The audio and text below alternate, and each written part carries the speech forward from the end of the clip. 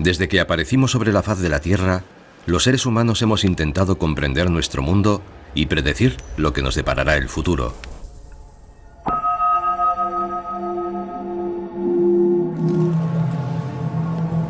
Aunque actualmente nuestra vida se ha vuelto más complicada e impredecible que nunca, y la mitad de la población del planeta vive en ciudades masificadas y bulliciosas.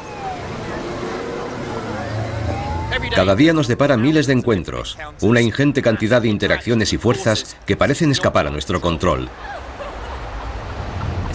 Es difícil entender cómo todo puede estar conectado. Pero cuando nos fijamos más detenidamente en toda esa complejidad, de pronto aparecen sorprendentes patrones.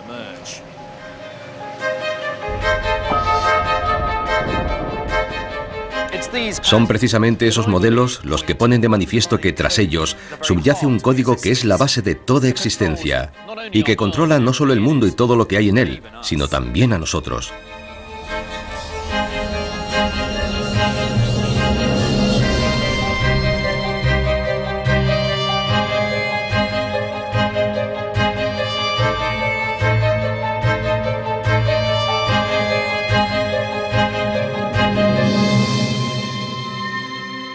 Códigos secretos.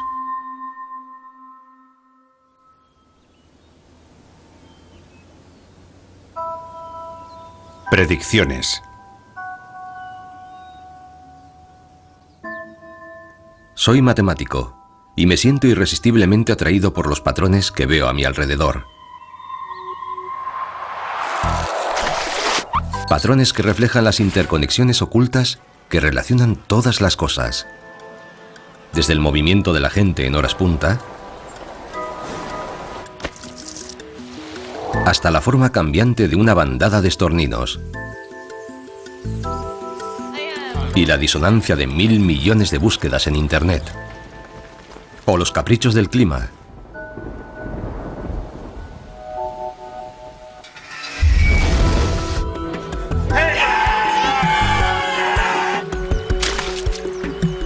Todos esos patrones y esas conexiones forman el código.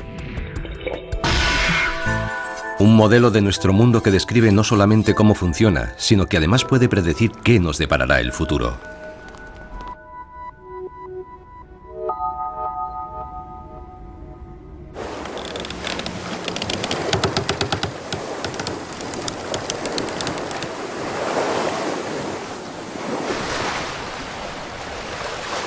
Hace unos 500 años, un navío fue atrapado en medio de una terrible tempestad.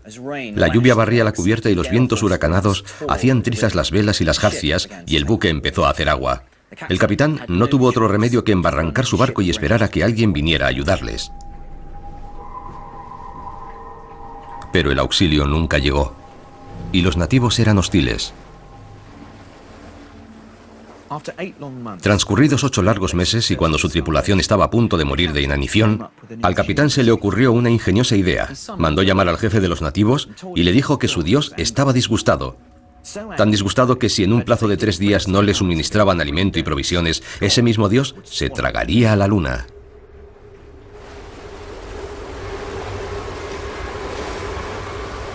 Y claro, como era de esperar, la tercera noche, cuando la luna apareció en el cielo, había comenzado a menguar.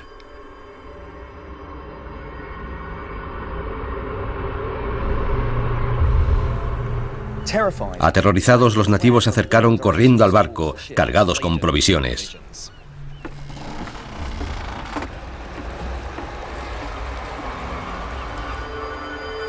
Era el año 1504 y aquel capitán era Cristóbal Colón. Y el motivo por el que aparentemente era capaz de controlar el firmamento a su antojo era que tenía algo como esto.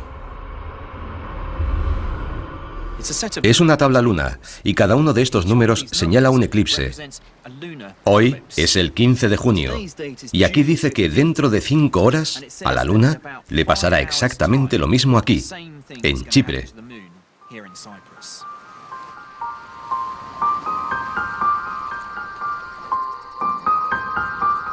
Durante un eclipse lunar, la Tierra se interpone entre el Sol y la Luna, proyectando su sombra sobre la superficie de aquella.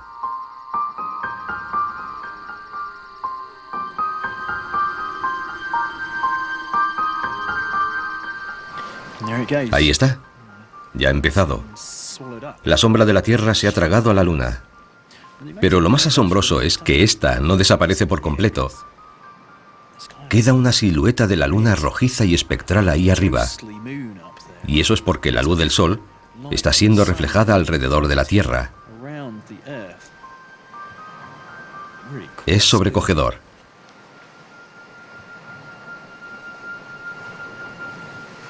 No me cuesta imaginar cuán aterrorizados deberían sentirse los isleños cuando contemplaron el mismo espectáculo hace 500 años, y la única explicación que recibieron fue que los dioses estaban enfadados con ellos.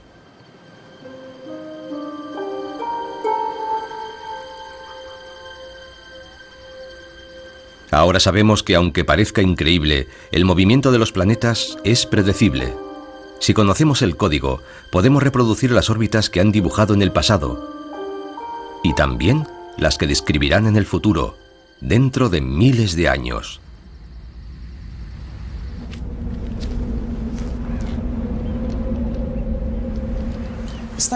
Gracias al código ya no nos sentimos atemorizados ante un eclipse. De hecho, el código es un elemento tan poderoso que incluso podría confiarle mi propia vida.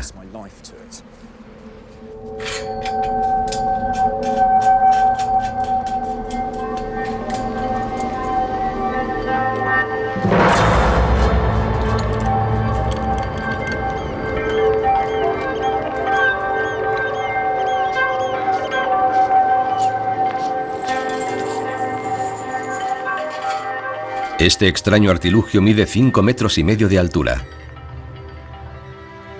Impulsada por la fuerza de la gravedad, una bola de 30 kilogramos de peso bajará a toda velocidad por esa rampa y será proyectada hacia aquí. En ese momento yo estaré sentado en mitad de su trayectoria. Si me he equivocado al hacer mis cálculos, me matará en el acto.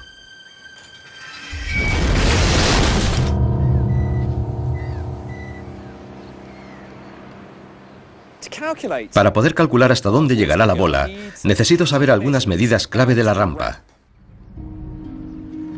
La h minúscula es 0,8 metros.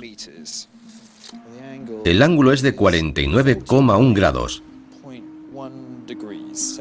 La gravedad de la Tierra ya la conozco, es de 9,8 metros por segundo. Curiosamente, no necesitamos saber cuánto pesa la bola, su masa.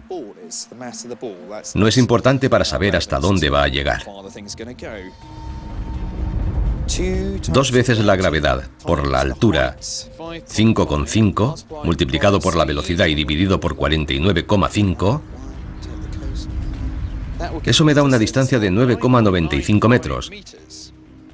Pero también tenemos la resistencia del aire y además la fricción de la propia rampa.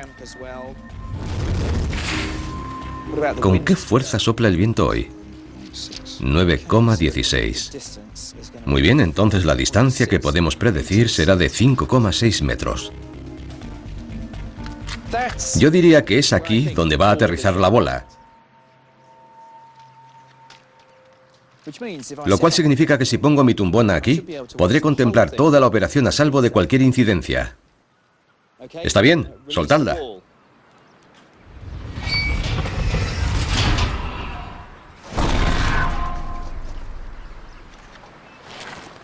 He ahí el poder del código.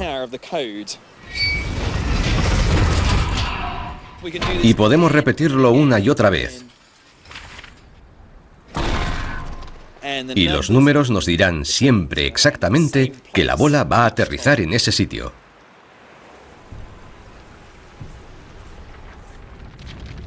Si todas las cosas del mundo se comportasen en función de ecuaciones que nos proporcionan respuestas definitivas, entonces podríamos predecir el futuro con absoluta certeza. Pero desgraciadamente las cosas no son así.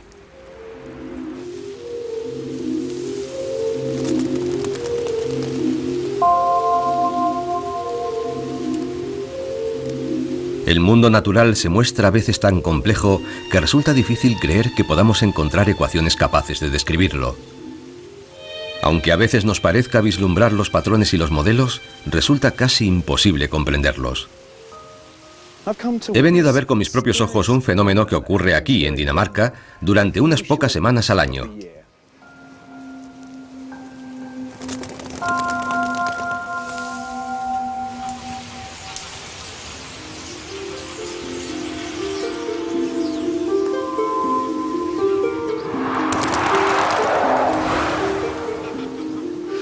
Parece que ya están aquí.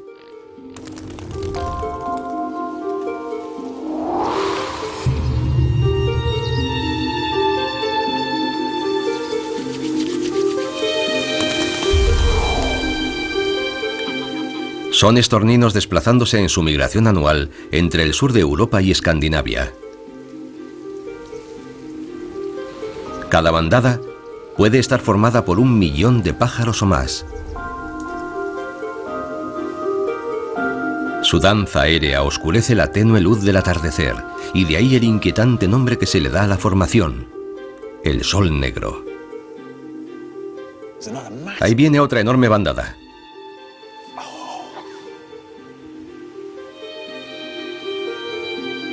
Son miles y miles de pájaros.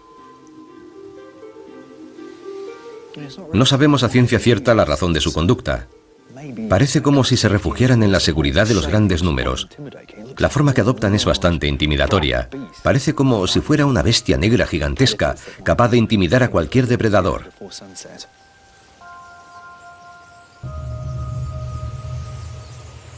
Miren ahí. Es una visión hipnótica.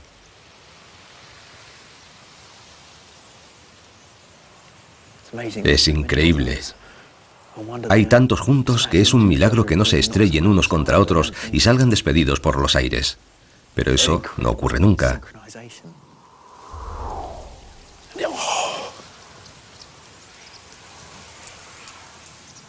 Están perfectamente sincronizados. Uno nunca sabe cuál es el próximo quiebro que van a hacer. Es una proeza. ¿Cómo puede predecir cada pájaro los movimientos de los demás miles que lo rodean?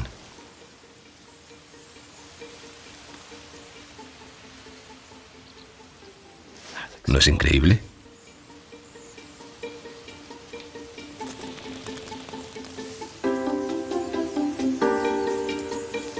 Por extraño que les parezca, si pasamos los estorninos a números, podremos recrear un modelo computerizado de lo que está ocurriendo. Para empezar, creamos una bandada de estorninos virtuales, todos ellos volando a diferentes velocidades y en distintas direcciones. Y luego les damos algunas sencillas pautas. La primera es que todos los pájaros vuelen a la misma velocidad. La segunda regla es que se mantengan pegados a sus vecinos. Y la última es que si ven un depredador cerca, se aparten a toda prisa. 3 reglas sencillas bastan para crear algo asombrosamente parecido al movimiento real de una banda de estorninos. Ahí están.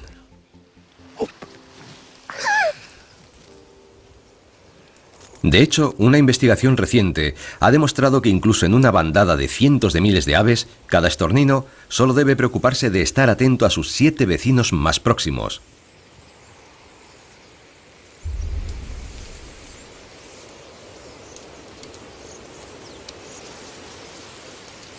Han desaparecido. El cielo está limpio otra vez.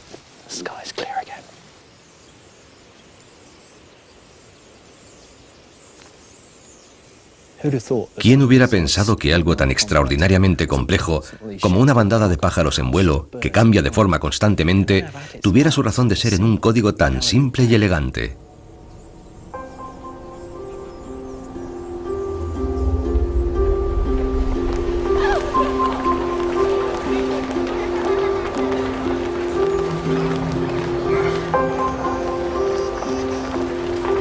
Parece inconcebible que los seres humanos podamos ser reducidos algún día a modelos matemáticos, como los estorninos.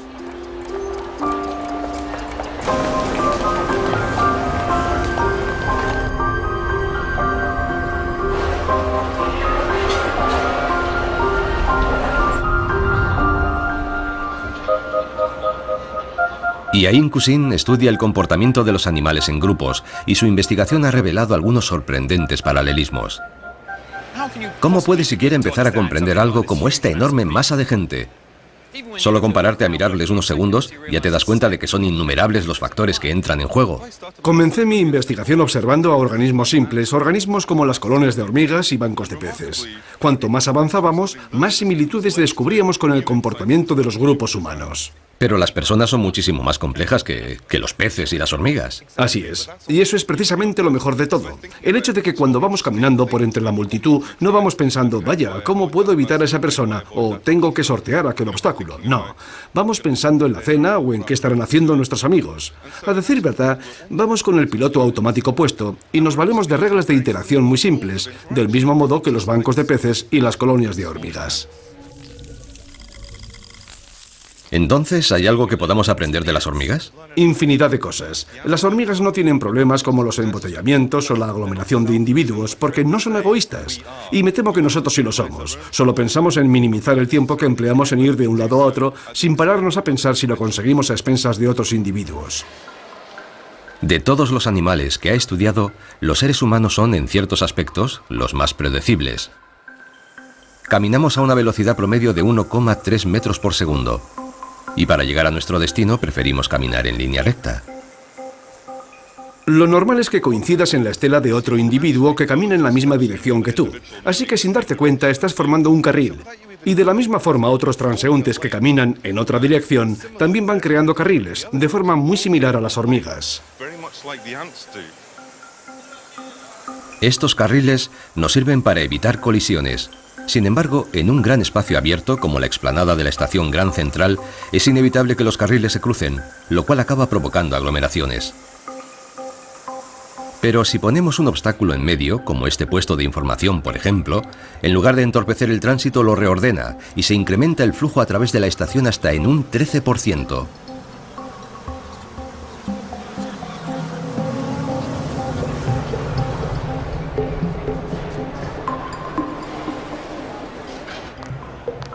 Estas reglas predicen con tanta efectividad lo que vamos a hacer que pueden ser empleadas para simular grandes concentraciones de gente. Cada individuo es descrito por un conjunto de números cuando se desplaza a través de un entorno. Correcto.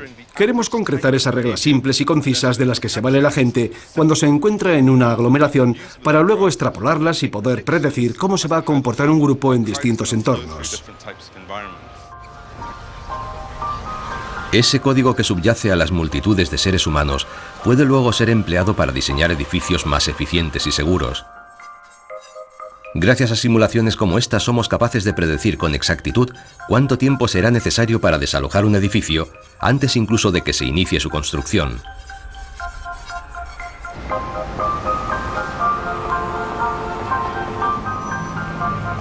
Dentro de una multitud, los humanos somos muy predecibles. Seguimos unas pautas sencillas, sin tan siquiera ser conscientes de ellas. Pero la mayor parte del tiempo no tenemos el piloto automático activado. Y cuando el gentío se dispersa, también se desvanecen las reglas del comportamiento grupal. Somos individuos con voluntad propia e individual, y eso nos hace ser más difícilmente predecibles, o eso queremos creer.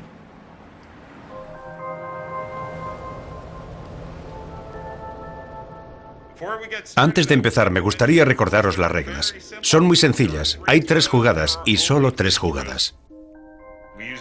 Contamos hasta 3 antes de sacar, lo que significa que contamos 1, 2, 3 y en el 4 sacamos nuestra jugada. La piedra es un puño cerrado y puedes sacarlo como quieras mientras el puño esté cerrado. El papel hay que sacarlo siempre horizontal y las tijeras siempre verticales. Esto sería nulo. El juego piedra, papel, tijera es conocido en todo el mundo. Y hay quien se lo toma muy en serio. Para aquellos de vosotros que no lo sepan, y serán muy pocos los que no lo sepan, el papel envuelve a la piedra, las tijeras cortan el papel, y la piedra machaca y rompe las tijeras.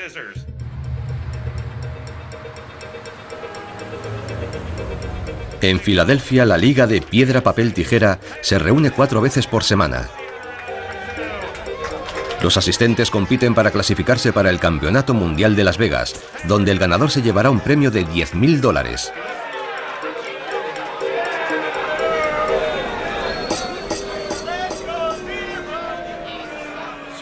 Sweetgy va ganando. Piedra contra tijeras para Sweetgy. Estás a punto de caer eliminado, Cherrybug. Tercer y último juego. El que gane este juego pasará adelante. Piedra contra tijeras. Y tras esta emocionante partida, la gran final. Lo misterioso de este juego es que debería ser imposible predecir qué es lo que va a hacer tu contrincante. En piedra, papel, tijera, todas las probabilidades son muy parecidas. Cada posibilidad gana una jugada, pero pierde la siguiente, de modo que básicamente es un problema de pares y nones, algo así como echarlo a cara o cruz. Pero si el juego fuera completamente aleatorio, todos los jugadores serían derrotados por igual, y sin embargo algunos ganan una y otra vez. Esta es la partida definitiva, Sweetgy. Feedback no ha conseguido ningún punto en la segunda partida. Necesitaría una victoria rotunda. ¿Podrá vencer al número 1? No, Sweetgy, jugarás la final contra Douglas. Cuanto más jugamos, más influyen en nuestro juego las jugadas que ya hemos hecho, y eso crea patrones que pueden ser aprovechados para ganar la partida.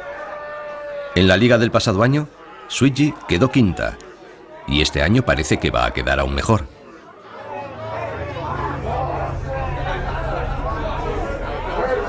¡Listos ya! La piedra machaca las tijeras. La piedra machaca las tijeras. Sweetgy se corona campeona de la Liga de Piedra, Papel, Tijera de Filadelfia aquí, en el Club Red Lion. ¡Enhorabuena! Gracias. Has ganado 5 partidas seguidas. ¿Cuál ha sido el secreto de tu éxito? Observar a mis adversarios. Detenidamente, ¿verdad? Intento adivinar qué están pensando. Buscas patrones en su comportamiento. Sí, me fijo en lo que hacen tratando de descubrir sus patrones y trato de que ellos no descubran los míos. El juego piedra, papel, tijeras nos muestra una verdad fundamental de la naturaleza de las personas. Somos tan adictos a los patrones que dejamos que impregnen todo aquello que hacemos. Esos mismos patrones son la clave para predecir muchos aspectos de nuestro comportamiento, incluso las partes más oscuras de nuestra naturaleza.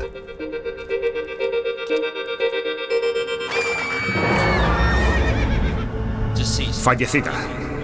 1,58 m. Ojos marrones, pelo castaño. Cuando ves una actividad tan intensa en un área geográfica tan pequeña y en un lapso de tiempo tan corto, esa es la señal de alarma de que algo está pasando, de que hay un depredador en activo.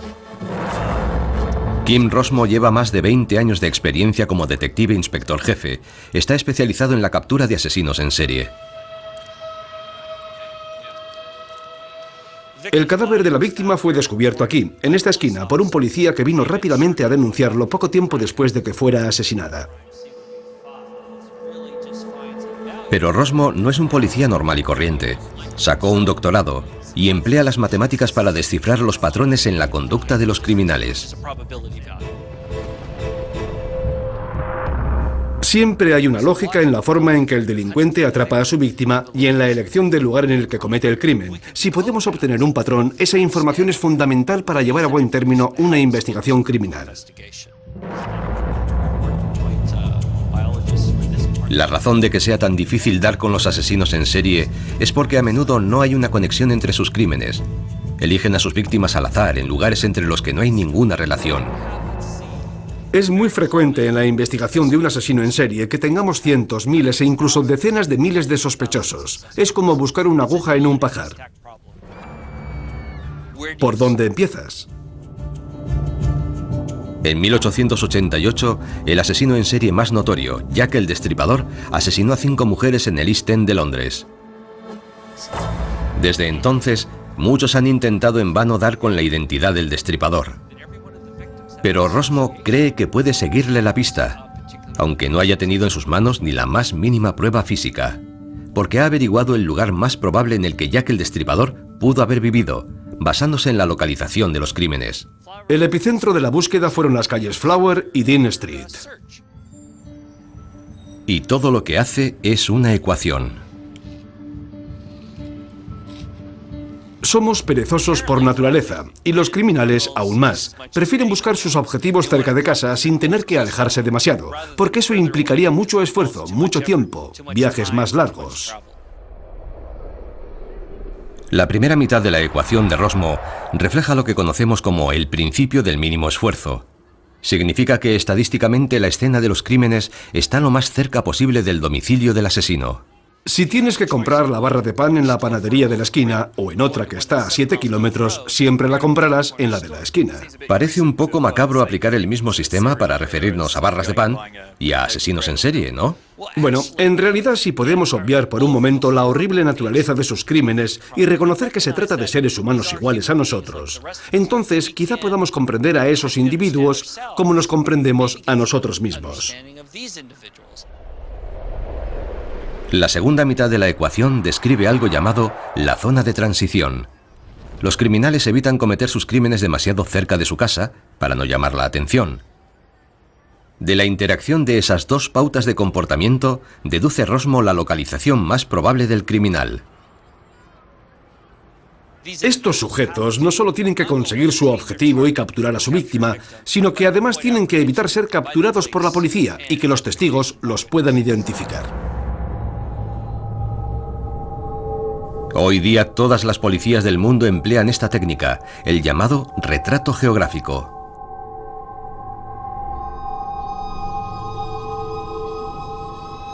La policía contempla la posibilidad de que la pequeña explosión ocurrida en una sucursal del Barclays Bank, en la zona oeste de Londres, sea obra de un extorsionador. La policía cree que el autor del intento de extorsión es un chantajista conocido como el terrorista del martes de carnaval. A finales de los años 90, Scotland Yard recurrió a Rosmo para que les ayudase a capturar al peligroso terrorista del martes de carnaval, quien durante 3 años llevó a cabo una campaña de bombas contra los bancos y los supermercados. Un joven de 17 años se encuentra en el hospital por las heridas producidas por la explosión que ha tenido lugar en el supermercado Sainsbury's al sur de Londres. La policía ha advertido a la población para que se mantenga alerta. Lo único que pueden hacer es esperar a ver cuál es la próxima acción del terrorista del martes de carnaval. ¿Cuántas bombas llegó a hacer estallar? En total, 36 acciones delictivas que sepamos. Como puedes ver, van desde el norte de Cambridge hasta el estrecho de Dover, la mayor parte de ellas en el Gran Londres. ¿Este mapa recoge todas las localizaciones en que estallaron las bombas? Sí. Se ve que la mayor parte se concentra en Londres, pero parecen elegidas aleatoriamente. ¿Has metido estas localizaciones en la ecuación?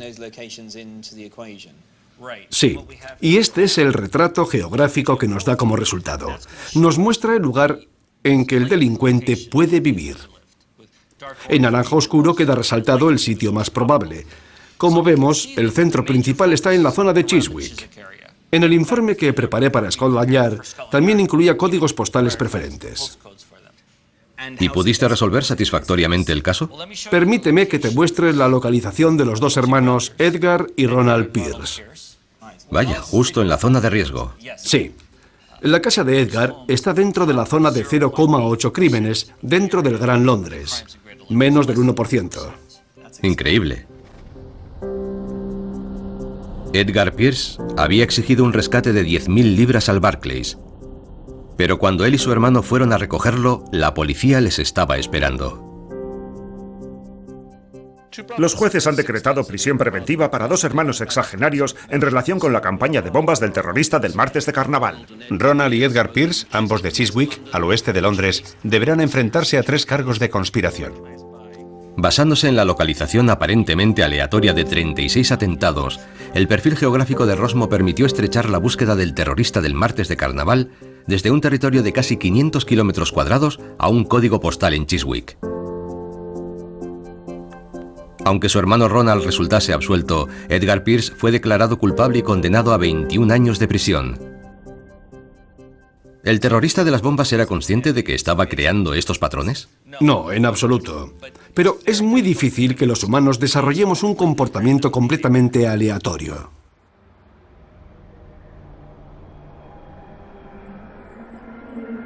Muy pocos de nosotros nos damos cuenta de los patrones que dejamos atrás.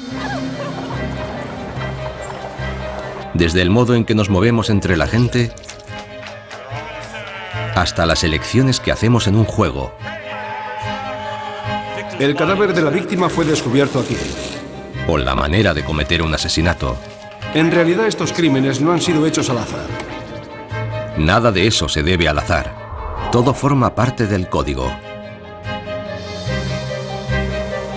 Siempre hay patrones reveladores, y si somos capaces de decodificarlos, podremos utilizar esos modelos para modelar nuestro comportamiento. Lo cual nos conduce a la inquietante posibilidad de que si podemos simplificar los seres humanos a números, entonces seremos capaces de predecir nuestro futuro de la misma forma que podemos anticipar el movimiento de los planetas o la trayectoria de una bola.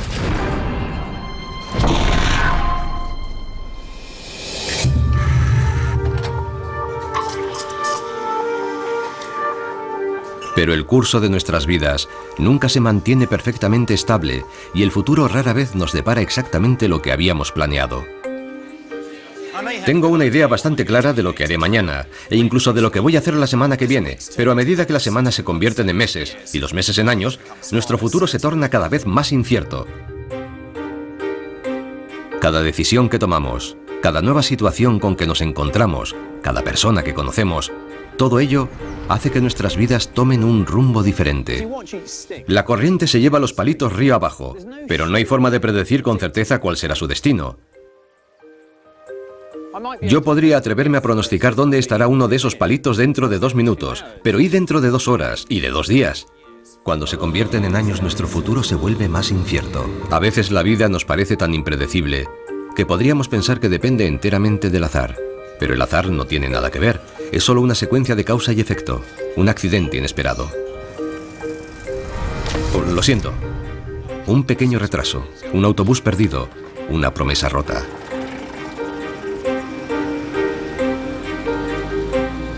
Hay millones de factores que pueden intervenir y alterar nuestro viaje por la vida, y el cambio más leve de cualquiera de ellos puede variar completamente su curso futuro. El blanco ha quedado atrapado en una represa, pero el rojo sigue avanzando a toda velocidad.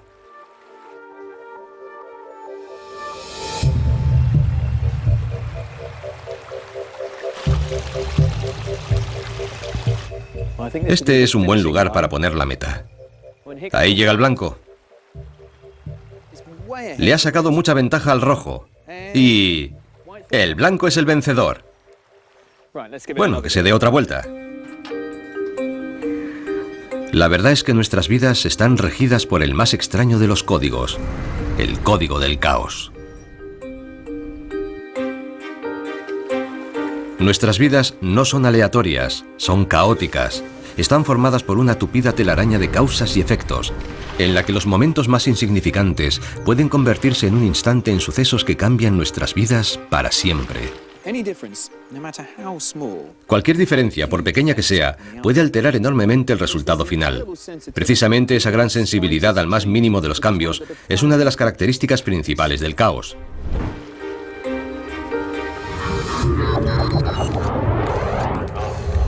Y como los sistemas caóticos parecen tan inciertos, a veces es difícil dar con un patrón. Lo cual nos ha llevado con frecuencia a errar estrepitosamente en la interpretación de nuestro mundo.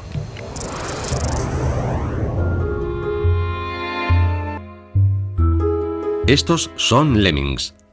Sabemos que son animales estúpidos, temerarios y suicidas. La misma palabra lemming se ha convertido en sinónimo de todo ello. El problema es que nada de eso es cierto. Hasta hace muy poco, la leyenda del comportamiento suicida de los lemmings era la única explicación aceptada para justificar por qué un año el Ártico parece estar lleno de ellos y al año siguiente prácticamente vacío. Nadie sospechaba que la asombrosa fluctuación en el número de lemmings no tenía nada que ver con el suicidio en masa. La razón es el caos. Y en el centro de todo ello se halla una sencilla ecuación. Si quisiéramos saber cuántos lemmings habrá el año próximo, lo que tendríamos que hacer es coger la población de este año, P, y multiplicarla por la tasa de crecimiento R. Pero no todos los lemmings sobrevivirán, de modo que una pequeña parte de la ecuación tendrá que contemplar cuántos lemmings morirán durante este año. Y eso es R por P. O sea que podemos reescribir la ecuación como la tasa de crecimiento R multiplicada por P y multiplicada por 1 menos P. Esta ecuación no es específica de los lemmings, sino que puede aplicarse a cualquier población animal. Y lo más interesante de ella es este número R, la tasa de crecimiento. Porque cuando damos diferentes valores a R, obtenemos crecimientos poblacionales muy diferentes. La tasa de crecimiento determina la velocidad a la que se expande una población. Para la mayoría de los mamíferos suele estar por debajo de 2. Para una tasa de crecimiento de ese orden, la ecuación predice que la población crecerá a un ritmo constante hasta que se estabilice en un valor fijo. Pero resulta que los lemmings son algunos de los mamíferos que más rápidamente se reproducen de todo el planeta. Supongamos que R es igual a 3,1. Entonces los lemmings nunca se estabilizarían, estarían siempre oscilando entre dos valores distintos. Ahora la población sería alta y luego baja y de nuevo alta y otra vez baja. Pero si la tasa de crecimiento alcanza un valor superior a 3,57, entonces ocurre algo totalmente inesperado. En vez de estabilizarse en un valor fijo o fluctuar entre dos valores, su población se sume en el caos. Un año se convierte en una plaga de proporciones bíblicas y al siguiente se desploma casi hasta la extinción. Resulta casi imposible predecir cuántos lemmings habrá. La verdad es que parece que todo esto no responde a ningún patrón. Y por supuesto eso mismo es lo que observamos en la realidad. Súbitos incrementos y disminuciones impredecibles de la población de lemmings. Los lemmings son de las pocas criaturas en la Tierra que se reproducen con tanta rapidez que su tasa de crecimiento a veces llega a superar el momento crítico de inflexión. Es un fenómeno tan sorprendente que el suicidio en masa podría parecer una respuesta plausible. Pero la verdadera explicación la encontramos en el código, en esta ecuación.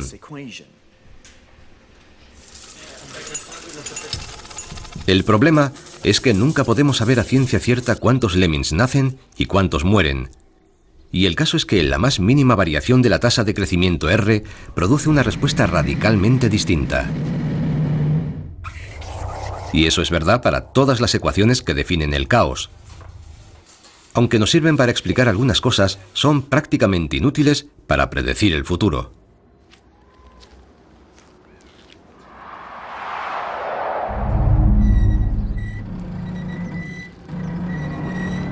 Puedo utilizar una ecuación para calcular dónde aterrizará esa bola, porque aunque me desvié un poco en mis mediciones, eso apenas influirá en el resultado final. La bola será liberada sobre la rampa a 49,1. Pero si el comportamiento de la bola viene dado por las leyes del caos, el más mínimo cambio en su posición o en el ángulo de lanzamiento de la bola podría alterar mucho su trayectoria. No tengo ni idea de si simplemente caerá inofensivamente al suelo al acabar la rampa o si saldrá despedida hacia el espacio.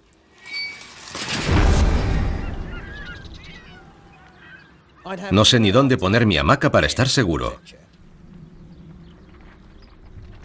Resulta que buena parte del mundo es caótico, lo que lo convierte en casi imposible de predecir, pero eso no impide que lo sigamos intentando.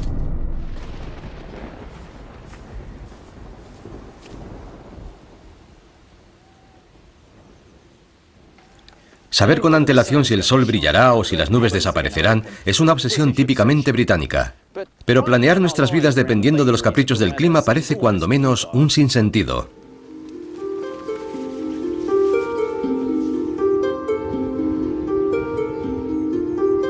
Pese a que disponemos de ecuaciones que pueden describir cómo las masas de aire chocan e interactúan para crear las nubes, el viento y la lluvia, no nos son de mucha utilidad a la hora de hacer las predicciones.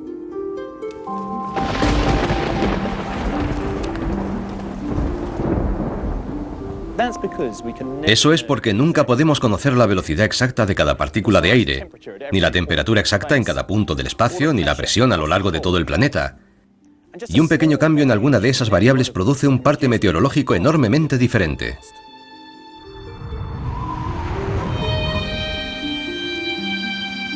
Este es el mapa del tiempo en este momento. Las líneas azules representan frentes fríos y las rojas frentes templados. Para elaborar un pronóstico lo que hacemos es coger las ecuaciones matemáticas del clima y crear un modelo. Como es imposible conocer las condiciones atmosféricas precisas en todo momento, lo que hacemos es coger el mayor número de datos e introducir ligeras variaciones en ellos, y vamos repitiendo el modelo una y otra vez.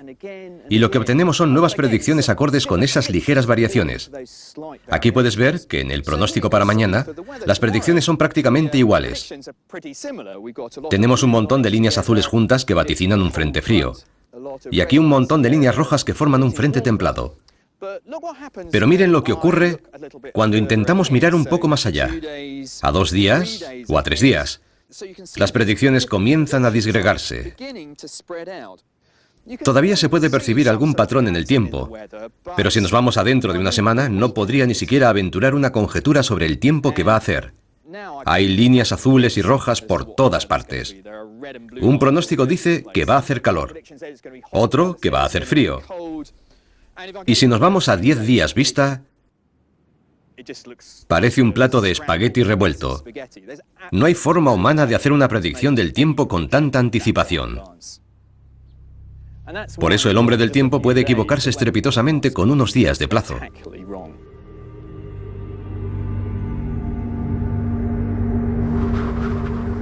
Una vez que hemos aceptado que la atmósfera es caótica, podemos comprender que el más pequeño cambio en las condiciones de partida puede alterar dramáticamente lo que vaya a ocurrir.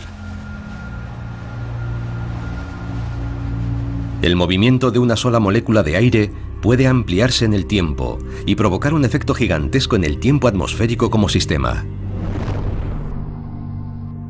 A veces nos referimos a este fenómeno como el efecto mariposa.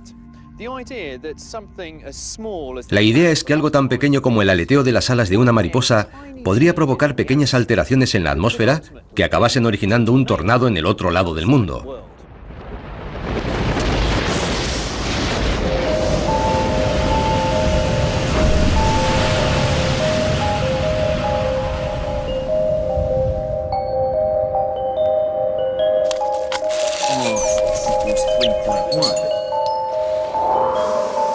Cuando actuamos como un grupo, nuestros patrones de conducta son increíblemente predecibles. Incluso consideradas individualmente, nuestras acciones son controladas por el código. Y desentrañando sistemas caóticos como el tiempo, hemos hallado evidencias del código allí donde una vez pensamos que solo había una complejidad imposible. Cuando miramos a las cosas desde un ángulo diferente, sorprendentemente los patrones surgen. Patrones que pueden revelar las verdades definitivas sobre nosotros y sobre nuestro futuro.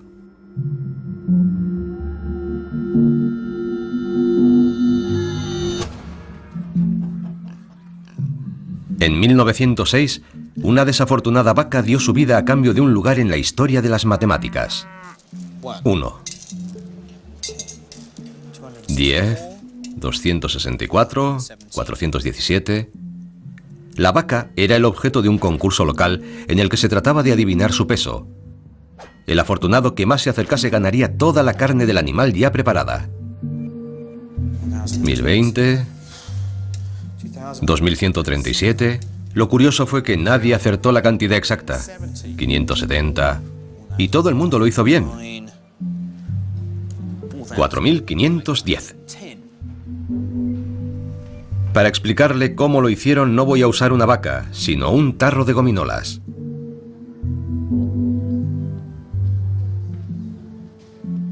¿450? ¿800? 12.000. 7.000. ¿Cuántas gominolas cree que puede haber en este tarro? 50 o... Bueno, 80.000. ¿80.000? No, 50.000. 50.000, bien, de acuerdo.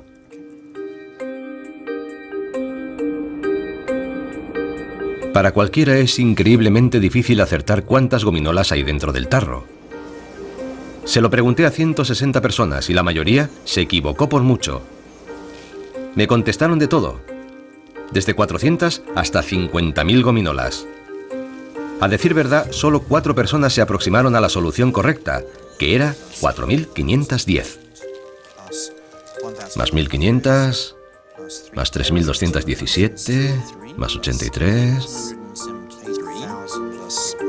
Pero si sumo todas las respuestas y saco la media, obtendré la predicción combinada de todo el grupo. Más 3. más 853, más 1000, más 5000, lo cual me da un total absoluto de, vamos a ver, 722.383,5. Vaya, alguien ha pensado que había media gominola aquí dentro. Bueno, ya he sumado las 160 predicciones individuales. Veamos ahora si colectivamente han estado cerca de la solución. Es increíble. ¿Recuerdan que había 4.510? Pues si cogemos todas las predicciones y sacamos la media, nos da 4.515. Pensaba que se aproximaría, sí, pero no que estaría tan cerca. Es increíble. Aunque haya habido pronósticos de todo tipo, desde más allá de 30.000 hasta apenas 400, considerados en conjunto obtenemos una respuesta que solo se aleja un 0,1% del número real de gominolas que hay dentro del tarro. De manera que individualmente nuestras predicciones son solamente eso, predicciones, pero cuando consideramos el grupo, entonces se convierten en algo totalmente diferente. 5.000. 1.450. 9.200. Lo que ocurre es que más o menos los que sobreestiman el número de gominolas lo hacen en la misma cantidad que los que la subestiman. 1.763. 6.000. Hay unos pocos que se alejan mucho de la respuesta, pero eso no importa. Si reúnes una muestra de gente suficiente, los errores se anulan unos a otros. 1000. 1.203. 700. La precisión del grupo es mucho mayor que la de los individuos. Es lo que se llama la sabiduría del grupo. 160 personas conforman una herramienta poderosa capaz de calcular cuántas gominolas contiene el tarro. Imaginen lo que podríamos hacer con un grupo de millones de personas. Pues así es exactamente cómo trabajan aquí, en Google. Con acceso a más de 2.000 millones de búsquedas web diarias, Google ha encontrado una manera de acceder a la sabiduría del grupo más grande del mundo. Y al hacerlo, han conseguido desvelar las fuerzas que controlan nuestras vidas y aprovecharlas para hacer predicciones sobre nosotros mismos. Piensa en todas las cosas que la gente busca diariamente en la red. Piensa en las cosas que buscas tú diariamente. Bien, hoy he buscado un par de sitios en México y la cartelera de cine de Hackney. La mayoría de la gente busca cosas muy parecidas. Buscamos las mismas cosas. Por ejemplo, tomemos la cartelera de Hackney. Buscamos los datos de esa búsqueda durante los últimos 3 años y podemos deducir los patrones de esa búsqueda. En Google, tienen el presentimiento de que valiéndose de nuestras búsquedas, pueden hacer predicciones sobre nuestras vidas. Ahora están intentando comprobar si pueden relacionar los patrones de algunas búsquedas determinadas con sucesos concretos del mundo real. Para empezar, intentaron predecir los brotes de la gripe común. La gripe muestra un patrón estacional claro. Y como se repite anualmente durante muchos años, podemos coger esa tendencia y ver qué claves de búsqueda encajan con ese patrón. Y así construimos una base de datos que contenía más de 50 millones de términos de búsqueda diferentes. ¿50 millones? Sí. Vaya. Pero no solo incluimos cosas relacionadas directamente con la gripe, también incluimos cosas como Britney Spears o metimos todo lo que la gente buscaba en aquel momento. Y cuando Google analizó los datos de los últimos 5 años, observó que había unos términos de búsqueda concretos cuya popularidad coincidía exactamente con los patrones de la gripe. La gente buscaba sobre todo cosas como síntomas o medicamentos o dolor de garganta y también otros términos como por ejemplo complicaciones. ¿Quieres decir que el número de búsquedas de términos relacionados con la gripe refleja fielmente la incidencia de la gripe en la población?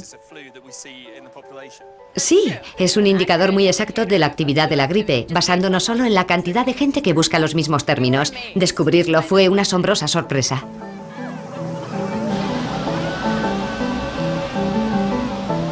Tan pronto como observan que ese patrón de búsqueda se repite, en Google son capaces de predecir que va a haber un brote de gripe, y con frecuencia antes incluso de que la gente acuda a la consulta del médico. Esa es otra muestra del extraordinario poder del código. Pero no es más que la punta del iceberg. Las búsquedas que hacemos en la red pueden ser utilizadas también para predecir a dónde iremos de vacaciones y qué modelo de coche vamos a comprar o a quién vamos a votar. Y todo ello antes incluso de que lo sepamos nosotros mismos. Ya ha sido posible predecir la tendencia de la bolsa a partir del número de palabras negativas empleadas en Twitter. Y el análisis de esas enormes cantidades de datos no solo nos permite hacer predicciones, también nos revela algo fundamental sobre nosotros mismos.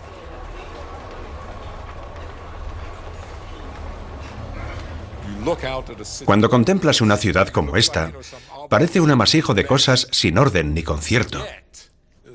Pero una ciudad se compone de gente, no de edificios y calles. Esos solo son el escenario sobre el que los verdaderos actores representan la historia de la civilización.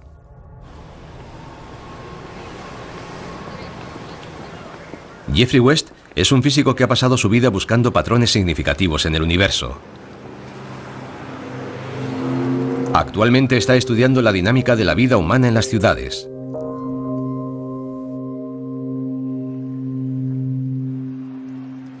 Como ves, disponemos de toda clase de infraestructuras. Algunas son evidentes, como las carreteras, las redes eléctricas y el alcantarillado. Forman una red extraordinaria sobre la que se sustenta la ciudad de Nueva York.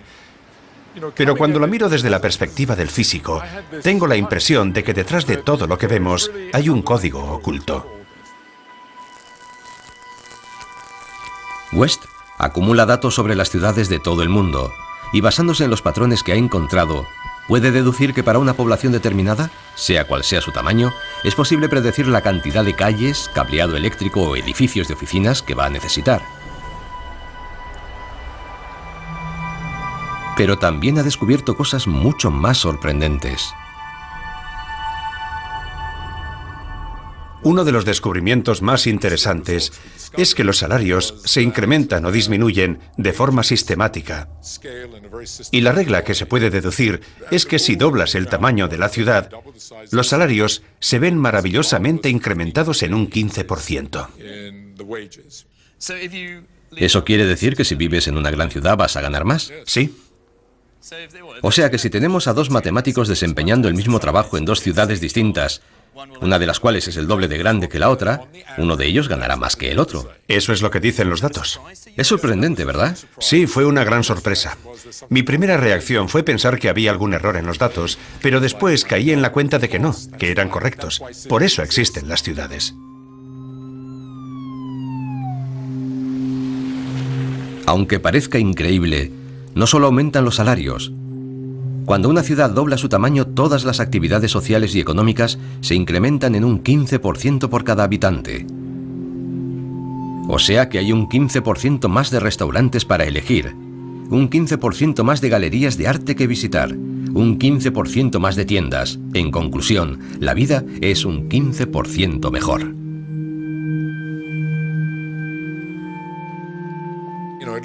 Es algo asombroso.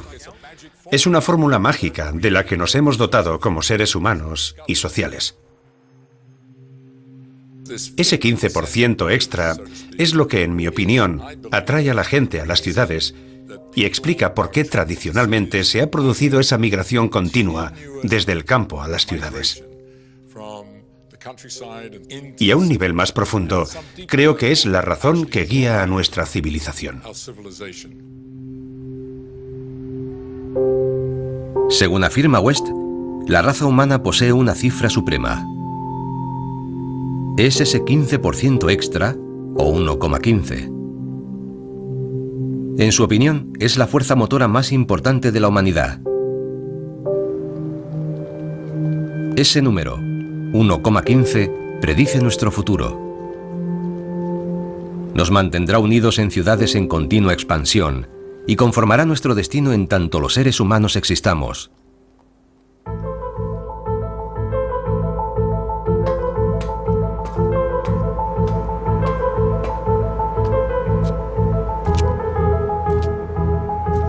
Hace 500 años, algunos de nuestros congéneres, al ver un eclipse, creyeron que era obra de un dios enfurecido. Pero al sacar a la luz el lenguaje del código, hemos descubierto que los aparentes misterios del mundo pueden ser explicados sin invocar a lo sobrenatural. Para mí eso es lo importante. El hecho de que a pesar de la enorme complejidad del mundo en el que vivimos, al final todo puede ser explicado mediante los números. De la misma forma que la órbita de los planetas, la vida también sigue un patrón. Y todo puede ser reducido a la relación causa y efecto. Y es que incluso el cara o cruz de una moneda está determinado por la velocidad a la que gira y el tiempo que transcurre hasta que cae al suelo. El máximo símbolo del azar resulta no serlo tanto. Solo aparenta serlo. Cuando no entendemos el código, la única forma de dar sentido a nuestro mundo es inventarnos historias. Pero la verdad es mucho más sorprendente. Las matemáticas están detrás de todo. Cuando eliminamos todo lo superfluo, lo que queda es el código.